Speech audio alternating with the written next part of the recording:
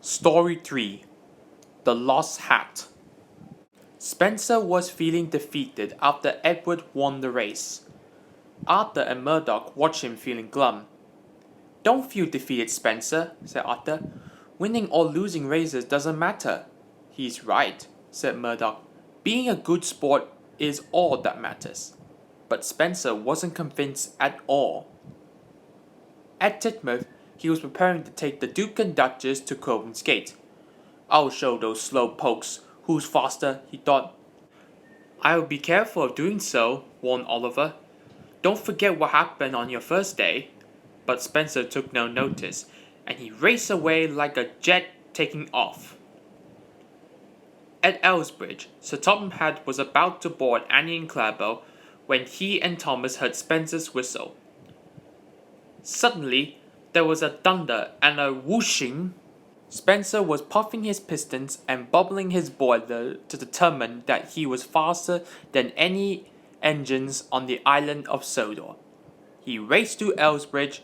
There was a huge gust of wind that Sir Topham Hatt's hat flew into the air and was gone. He was very cross. Spencer then came across a signal up ahead.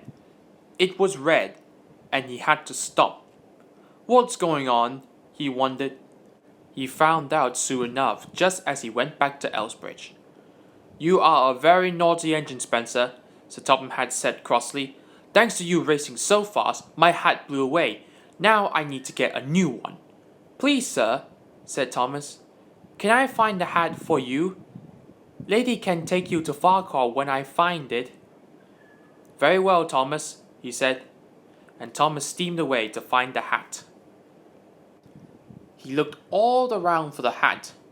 He went over the bridge by the river, but it wasn't there. He looked for it at the watermill, but it wasn't there either.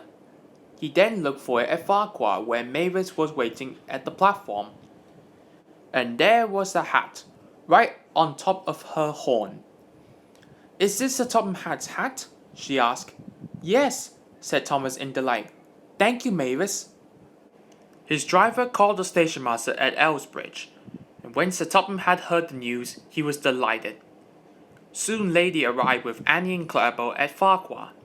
The station master gave Sir Topham Hatt the hat. "Well done, Thomas, and well done, Mavis," he said. "You both are indeed really useful engines." "Thank you, sir," said Thomas, and the two engines felt really reliable too. Story 4 Thomas Takes Over. There was to be a dining service on the Kirk Ronan line, and Spencer was to take it. "You engines had to be very special to take something important as a dining service," boasted Spencer. "Oh, please," said James. "Not all engines had to be special to pull dining services." "He does have a point, you know," added Henry. "You may not be important, but we are useful." "What tosh," said Spencer. "You engines will never understand." But the engines paid no attention.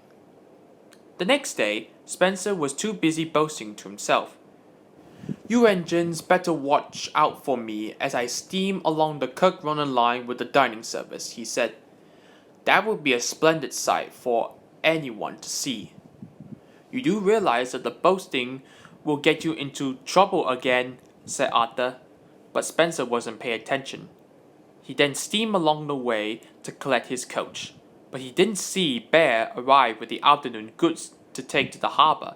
"Watch out, Spencer!" cried Arthur. "Bear is coming through!" But it was too late. He crashed into the freight cars and derailed.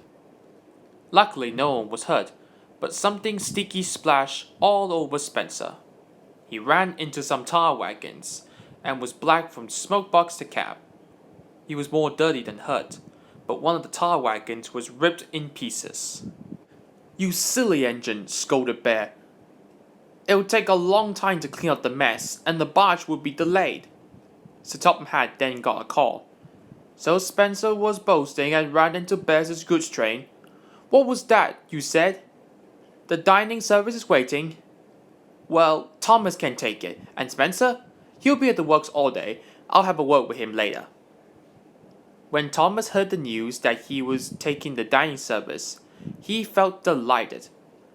He arrived at Kel's store just as Ginty shunted Spencer's coaches into place.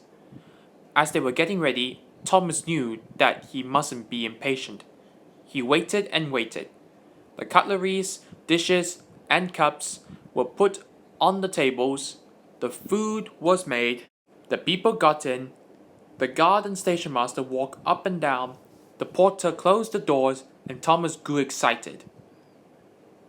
As soon as everything was ready, Thomas set off. He made good time along the Kirk Ronan line, and the passengers were very pleased. When he got to Kirk Ronan, the Duke and Duchess were proud of Thomas. "Thank you, Thomas," said the Duke. "You gave us a splendid ride." "You are just the really useful engine everyone relies on," added the Duchess. "Any time," replied Thomas. Meanwhile, at the works, Spencer was feeling very sorry for himself. By the time he was prepared and clean, he took the dining service to make amends for his actions yesterday. He then thanked Thomas for filling in. "I had to admit," said Spencer, "you engines on this island really are useful." "It feels great to help our friend of assistance," replied Thomas, and they both agreed. Whenever Spencer would visit the island, he would often boast a lot, as he is that sort of engine. But after Thomas took the dining service for him, he now realized that all the engines on Sodor were useful.